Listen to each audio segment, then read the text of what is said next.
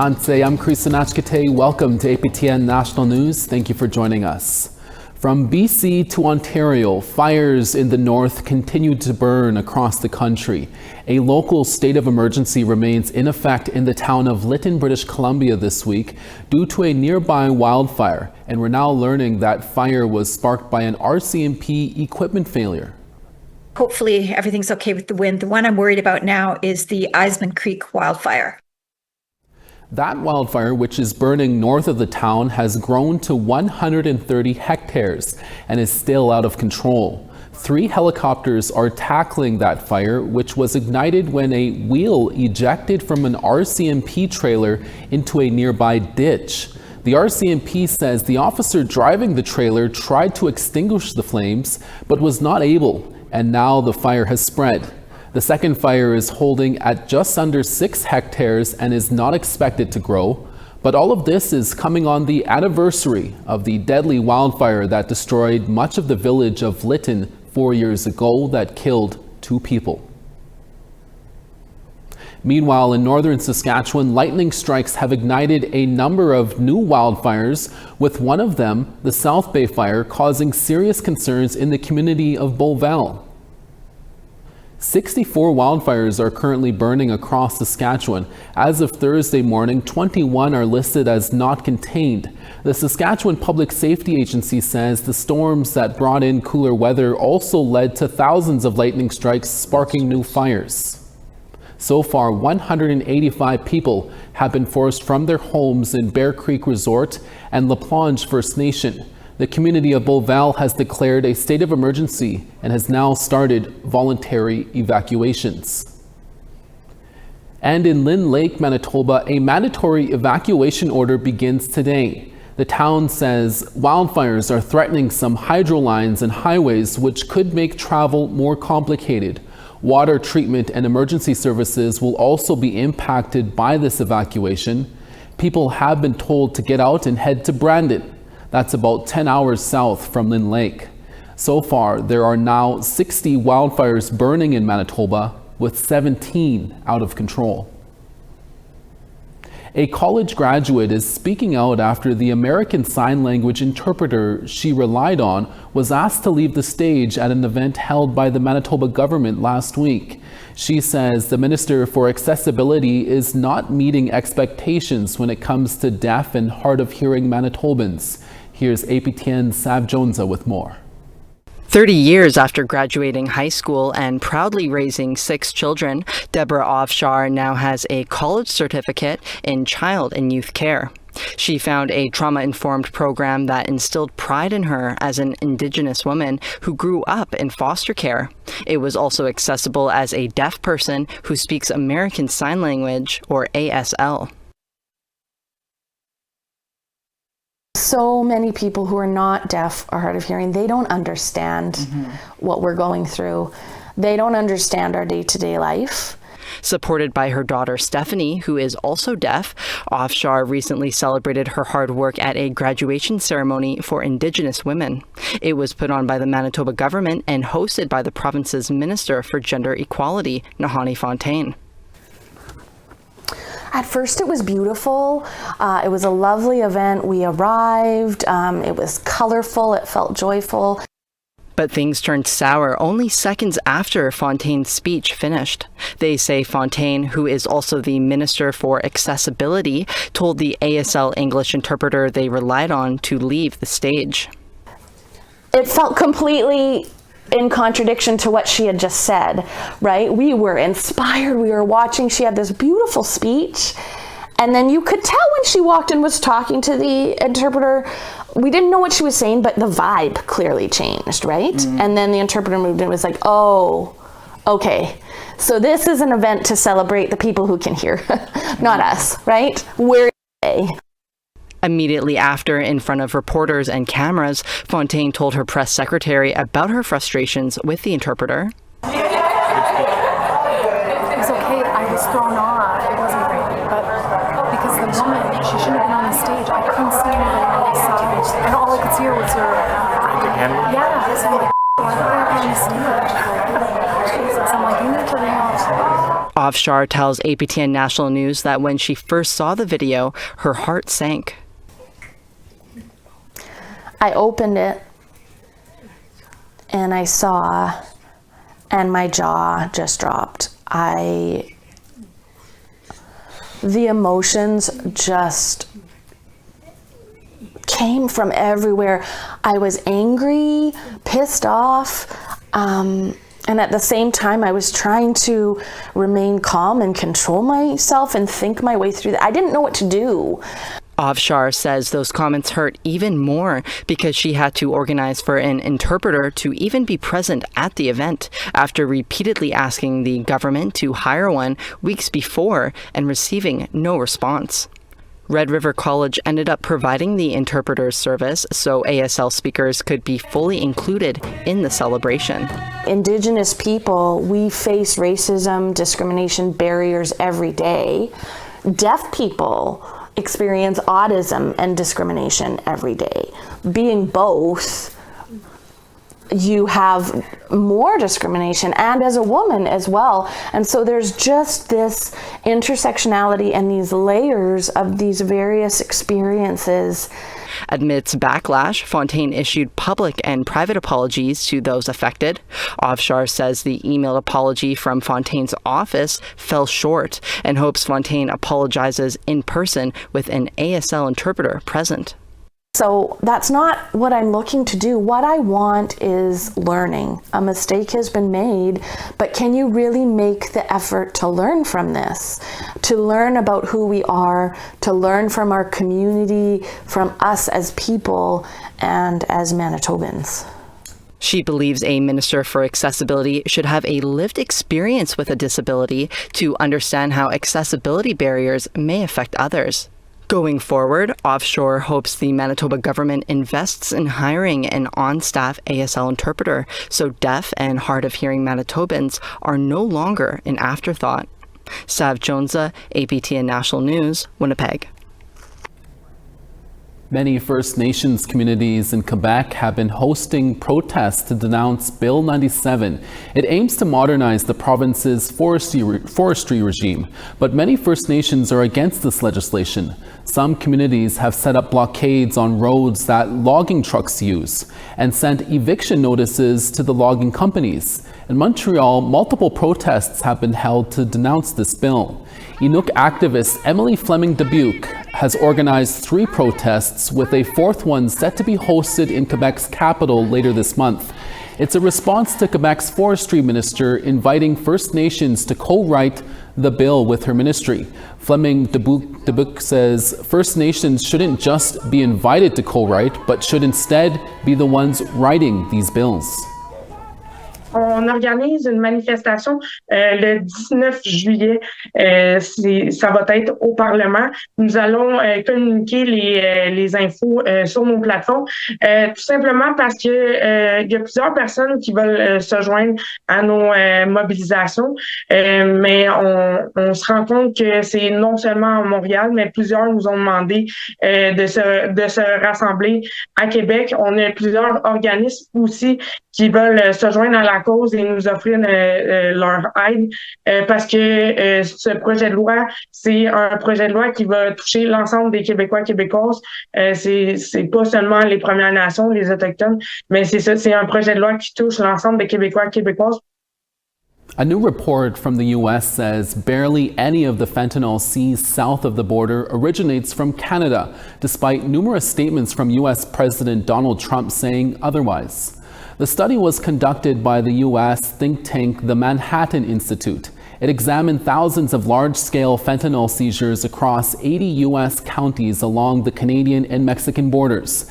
They found that by weight, about 99% of fentanyl pills, capsules gathered in large seizures between 2013 and 2024 were discovered in the U.S.-Mexico border counties.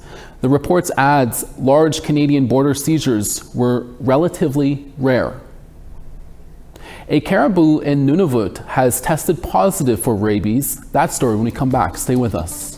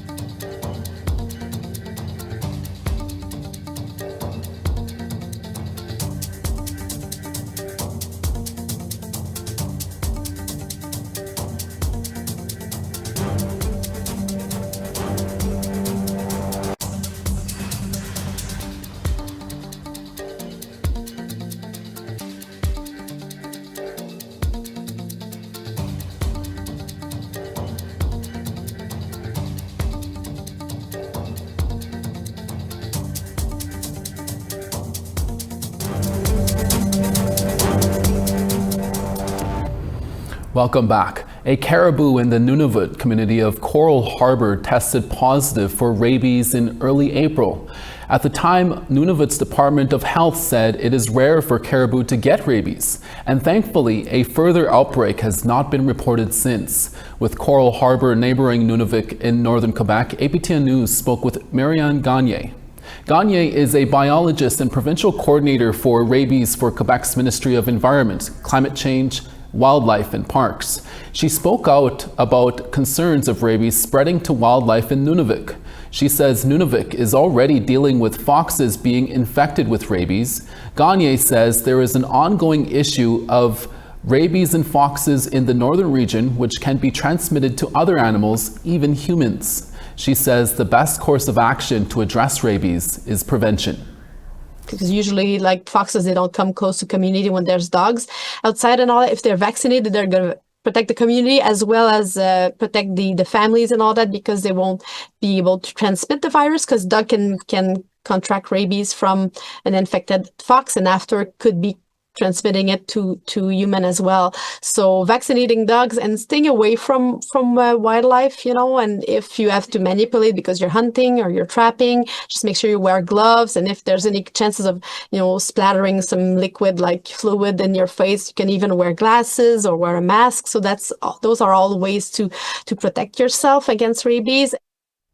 It's just been over a year since Victoria Gold's Eagle Mine disaster near Mayo, Yukon, which resulted in hundreds of millions of liters of cyanide solution to be released into the surrounding environment. Now, a new report is shining a light on the causes behind the incident. As APTN Sarah Connors tells us, the chief of the First Nation at the heart of the incident feels there's still more questions than answers. According to an independent review board tasked with looking into the incident, multiple factors led to last year's Eagle Gold mine disaster. In a report released Wednesday, the board found an area of the mine's heap leach facility had too steep of a slope and a history of poor drainage. That, in combination with what the report calls adverse conditions and events, such as inadequate management of the mine's ore quality, triggered the failure. The review board also found Victoria Gold and its third-party contractors had a hand in the incident through their actions or inactions. We can't trust the land anymore like we've been taught to. At the heart of the disaster is the First Nation of Nacho-Nayakdun, whose traditional territory the mine is on. Chief Donna Hope isn't surprised by the report's findings. The heap was compromised by recklessness and lack safety culture at all stages, and that's how the catastrophic landslide was the result. She also feels the report only scratches the surface of the failure and that the territorial government needs to hold a public inquiry to better understand what went wrong. We need accountability. We need to know the role Yukon government in permitting or failing to prevent increasingly dangerous conditions at mine sites like that. The report provides recommendations to prevent future incidents, such as changes to industry practices in the regulatory process. Mines Minister John Stryker says the government is reviewing the report's findings and will determine the appropriate next steps for a public inquiry. Sarah Connors, APTN National News, Whitehorse. And that mine was placed into a court-ordered receivership last year and is now up for sale. On this week's new In Focus podcast, our host Sierra Bettens is joined by our Parliament Hill reporter Karen Pugliese to continue the Bill C-5 discussion, which became law on June 26th. The legislation promises to remove interprovincial trade barriers and fast-track natural resource projects deemed to be in the, quote, national interest. Here's a preview of that discussion. I've been seeing actually what I would call like a lot of restraint on the part of leaders. They've spoken out and they've held their press conference and they fired their warning shots, and they did hold a small protest here in Ottawa, and they've warned the government that something like idle no more could occur again. And so they've said all those things, but they're so willing to just go back to the table and work this out. Like, all they want is a proper consultation and reassurances that the rights are going to be expected. We now want to tell you about this week's new web poll questions. Our first question we asked: do you think Canadian honours from the Crown should be refused by those advocating for Indigenous rights? Your answers are yes, no, or unsure. Our second question is, will a summit with the Prime Minister lead to change in how Indigenous rights are respected in One Canadian Economy Act? You can answer yes, no, or unsure. Go to our website at aptnnews.ca/polls to have your say. We will post the results early next week. Our APTN Yellowknife video journalist Bruce Dela Cruz is back from holidays and gives us the latest on what he's working on this week. Hi there.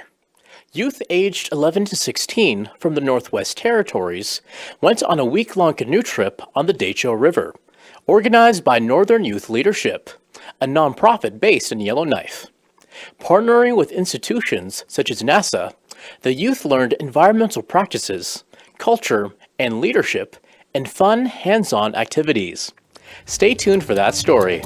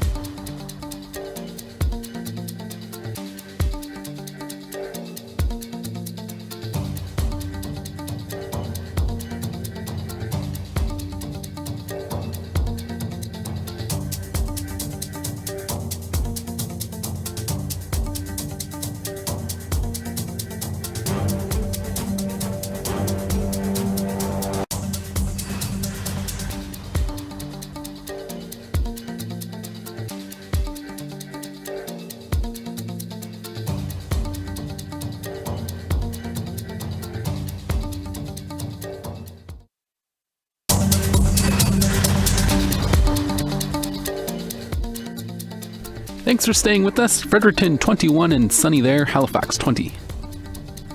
The Grand River 20, Nain 18 and partly cloudy. Saguenay 17, Quebec City rain and 17. 24 in Toronto, Peterborough 23. Thunder Bay 14, Wawa 21 and partly cloudy. 10 in Churchill, sunny in Thompson at 24. 22 in Winnipeg, Barons River 24. 19 in Regina, Saskatoon 18. 16 in Meadow Lake, Stony Rapids 14. 24 in Fort McMurray, High Level 24 as well. 31 in Medicine Hat and sunny there, Lethbridge 29. 33 in Penticton, Vancouver 25 and sunny. 25 in Fort Nelson, Dees Lake, rain and 19. Old Crow 16, Dawson 20. 24 in Fort Simpson, Yellowknife 22. 18 in Fort McPherson, Colville Lake 18. 17 in Whale Cove, Arviat 19. And Arctic Bay 6, Aglulic, rain and 7. Our next guest is vying to become this year's Miss Indigenous Canada. 24-year-old Gina Bobard is from the Saging First Nation and calls Winnipeg home. They are a proud Two-Spirit Anishinaabe and a direct descendant of Chief Kake Kanapes, who signed Treaty 1 in 1871. Gina is also a member of a ceremonial family with ties across Turtle Island, and she is also a professional makeup artist with experience with Sephora Canada and former Miss Southern Manitoba and a contestant in Miss World Canada. They are also a strong voice for LGBTQIA2S+ youth. We recently spoke with Gina. Here's that interview. Gina Bobard, thank you for being here. Can you tell us why you wanted to run for this year's Miss Indigenous Canada? Yes, thank you for having me today. So for the Miss Indigenous Canada pageant, I have never known there to be an openly Indigenous and Two-Spirit pageant queen before, outside of drag queens or specifically Two-Spirit pageants. So this is a new space for me and I'm really proud to be a part of it. That's awesome. And you previously ran for Miss Southern Manitoba World and Miss World Canada. These competitions are nothing new to you. Can you explain what you learned from those competitions and what you can bring to this one? Yes, absolutely. So I actually held the title of Miss Southern Manitoba World in 2018, and that was a really great experience. And then I competed at Miss World Canada. And the greatest thing that I took out of those was the sisterhood and the empowerment between all of the women. At the time, there was many of us from different cultural backgrounds. So that was a really beautiful experience. And so I hope to bring in the same sense of sisterhood into this pageant as well. You also have a really interesting background with relations to your family name and your family. Tell us about that. Yes, so my great-great-great-great-great-grandfather was Kakikapanes. The English translation to that is forever bird, and he was the first chief of Saging, and he signed Treaty 1 on behalf of our people in 1871. And so my Mishum is a direct descendant of Kakikapanes, and it's a fact that my family is very proud of, and I carry that spirit of leadership that he held in everything that I do. How important is also your culture and being who you are in terms of your Indigenous identity, putting that out there? Yes, it's at the forefront of my identity for sure. I was raised in my culture and in ceremony, and so those are teachings that I always carry with me no matter where I go. And I'm just so proud to be part of the first pageant to be led by Indigenous youth that's rooted in cultural pride. You're also a strong voice for the Two-Spirit community. Do you think we need more voices out there in the community, especially now with regards to what's happening down in the United States? Yes, absolutely. It's very important for our First Nations communities to educate themselves on the history of Two-Spirit people and the roles that they had in our communities prior to colonization. They held important roles in leadership. They were healers, they were medicine people, and I really hope to encourage other communities to bring that back. And it's also important for allies to step up and use their voice in support of our Two-Spirit relatives, especially our youth. And if you were chosen to be Miss Indigenous Canada this year, what would you do with the title? There's a lot of things that I would love to do with the title of Miss Indigenous Canada 2025, but my main goal is to visit as many First Nations communities as I can to not only educate myself, but share the diversity of our cultures, our languages, our traditions, and also I hope to do some research on the various ways that we honored Two-Spirited people in our communities across Turtle Island. You also are a makeup artist by trade. What's that like, and what's it like for you? Do you try to push your Indigenous culture or who you are in that field as well? Yes, absolutely. I have experience working at Sephora Canada, and I've also freelanced as a makeup artist, and I've always liked to sometimes match my eyeshadow to my beadwork or my jewelry. And it's always been a source of creativity for me, and it's convenient to do a pageant and to be a makeup artist myself. It's just something that I love to do. Finally, Gina, what is your message to our Indigenous youth out there who have big dreams and they want to do something with their life? And what is your message to them? You know, you went to become a makeup artist, you've taken part in these competitions. What is your message to them? My message would be is that the fear will always be there, but it's important that we sometimes can take it head on and go for our dreams anyway. And there will always be a community to support you. It might not feel like it sometimes, but just know that when you stay true to yourself, your people will find you. Gina, we'll have to leave it there. Thank you for your time. Miigwech for having me. And that's your daytime newscast for this Friday. Dennis Ward is back in a few hours with your evening newscast. Please join us then. From all of us at APTN National News, miigwech masicho kwana. Thank you for watching, and we'll see you again next week. Ekse.